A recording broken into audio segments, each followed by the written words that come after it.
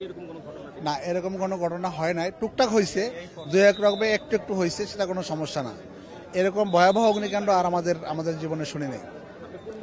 আমি ল মিনিস্ট্রিতে। শর্ট সার্কিটে হয়েছিল কারেন্টে। যে পরিমাণে বাইরে থেকে আমরা ক্ষতিগ্রস্ত দেখতে পাচ্ছি, ভেতরে আপনাদের কি পরিস্থিতি? এটা তো আমরা বলতে পারবো না বাবা, কি হয়েছে না কি না হয়েছে। ভিতরে যেতে পারি না। আতঙ্ক তো আমরা আছি, এখন কোথায় কি হয় আমরা তো বলতে পারতেছি না, কারণ আমরা তো ঢুকতে পারছি না। আমরা সকালে এসে দেখি এই অবস্থা।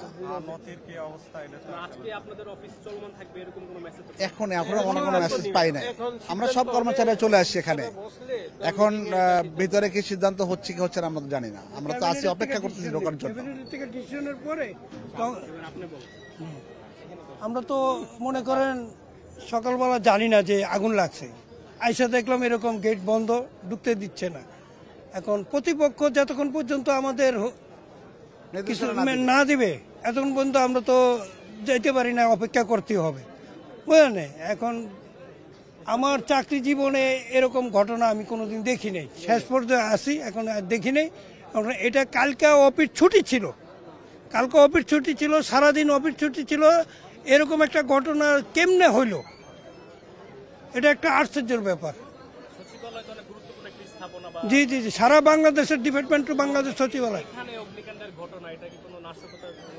এটা একমাত্র আল্লাহ ছাড়া কেউ বলতে পারবো না, কারণ আমরা মানে এটা আমাদের চাকরি জীবনে আমরা এই ধরনের কোনো ঘটনা আজ পর্যন্ত দেখি নাই, বুঝলেন। যে সারাদিন অফিস বন্ধ ছিল, কালকে সারাদিন, আজকে রাত্রে এতটা মধ্যরাতে এই ঘটনা ঘটবে এটা কল্পনা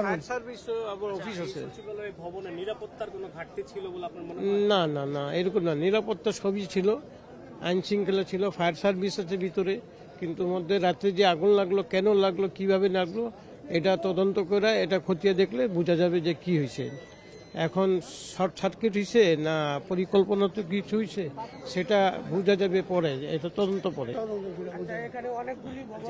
তো অবশ্যই আছি, কিন্তু ঘটনা হয়েছে যে এখন ভিতরে পরিস্থিতি কতটুক মানে ক্ষয়ক্ষতি হয়েছে, কি হয়েছে, এটা তদন্ত করলে ভিতরে গেলে অফিসার কর্মকর্তা ভিতরে আছে, যত ওনারা দেখছেন, হ্যাঁ, তারপরে উপদেষ্টা আছেন।